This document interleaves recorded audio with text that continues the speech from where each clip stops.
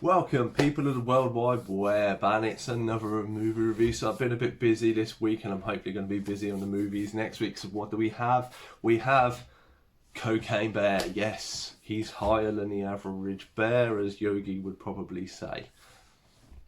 If you've seen my previous videos, this was one of the 8 movies I was anticipating to watch. See.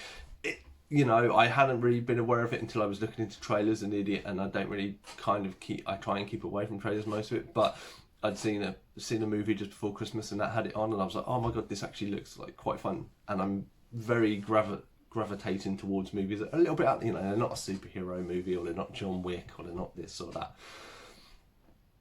So I had a little bit of high expectations, and that may be reflected in how I'm rating this. So anybody who hasn't seen, this is loosely based on real events. I think it was in the 80s, somebody was flying a plane of drugs, it was going down, they threw him out of the plane, and then they jumped out. As they jumped out, they banged their head and then landed on someone's drive. Splat. That is actually real, that did happen. Now this then pretends that one of these packages was found by a bear, they ingest it, and then they go on like a rampage or a stoner cocaine, weird, like happy, sad, he fluctuates, but he's basically fixated on the cocaine. Now in real life, the bear did get hold of the cocaine, it died within minutes, and bears aren't used to cocaine, I think the amount of drugs it had. Whereas this, they take it a little bit more to the extreme. Now, very much on the beginning, it feels a little bit like Tucker and Dale versus Evil, if you've ever seen that. Quite silly, with a little bit of gore thrown in and stuff. And kind of, that's the only pretext I can say. Right, I'm going to start spoiling stuff now, because I think I can't do it. If you've not seen the film, please do stop here and, go and watch it and then come back. But yeah, so, obviously it has very small multiple stories going on. You have one of the drug dealers who it was their stash, they go to find it, they send 2 guys.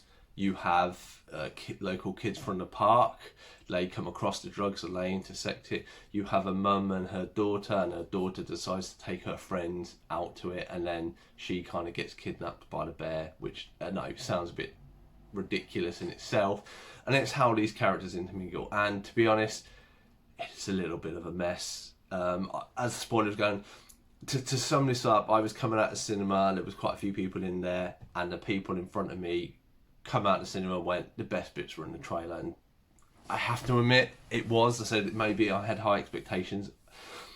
This film is worth a watch, and that's about it. There was so much more they could have done with it. The stories, it was very just muddled along. People were just doing what they were told to do. This is Ray Liotta's last film as well. He was the gangster. He gets killed at the end. He gets gutted.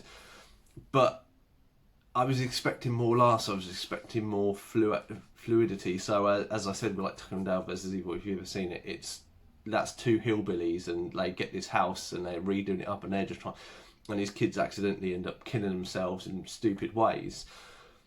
I was expecting kind of reverse, like this is a bear, but he's going to assume it, and then he's going to do stupid stuff and kill people, and there are little bits of that, but it's so few and far between, and it's a slow pacing where they're trying to build these other stories.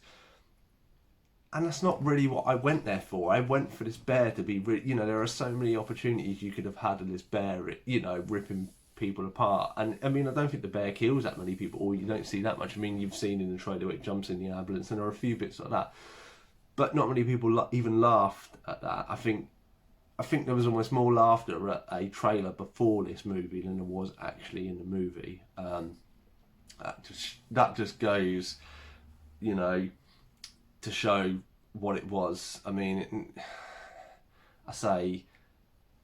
I feel there was so much more potential, as I said, and the main focus is then on this mama finding her kids, and as she comes along to these drug dealers.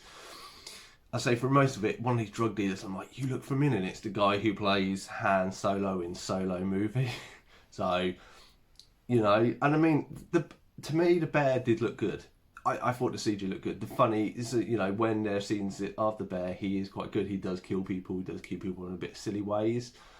But it just, it wasn't enough of that. It needed to, if it was me, even if I can get my words out, I would have had focus on the bear and all the things he intermingles with.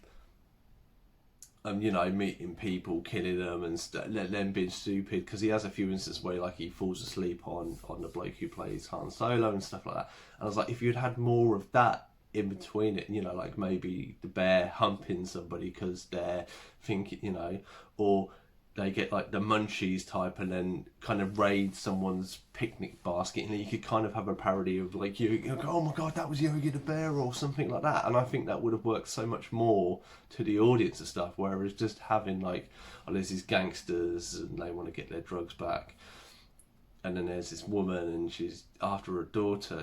It just took away from the bear and stuff like that. And the bear frequently attacked. I mean, the same way that the daughter gets kidnapped by the bear, which I was like, the bear's killing everything in sight unless it falls asleep on this one guy. Why would it then attack a girl, take it all the way back to its, domain, cave, whatever? And it was just all off and all over the shop. And I say, maybe it's because I had high expectations. I mean, I will rate this 5 out of 10. And my movies are always like, if it's 5, and that's not, it's worth a watch. I mean, this was close to being below that, and I'm telling people not to go see this, but I think other people might have had other views. I say it was the last film that Ray Liotta did, so it was quite nice to see his last on screen. I mean, this is directed by Elizabeth Banks. She did the reboot of Charlie's Angels, and I didn't think that was too bad.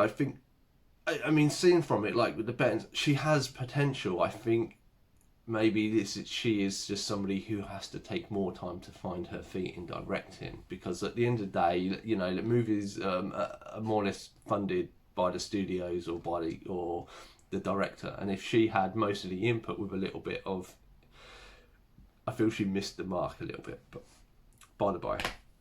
So anyway, I've been Cypher Sigma. This has been my review of Cocaine Bear. Hope you enjoyed it, and I'll see you in the next one.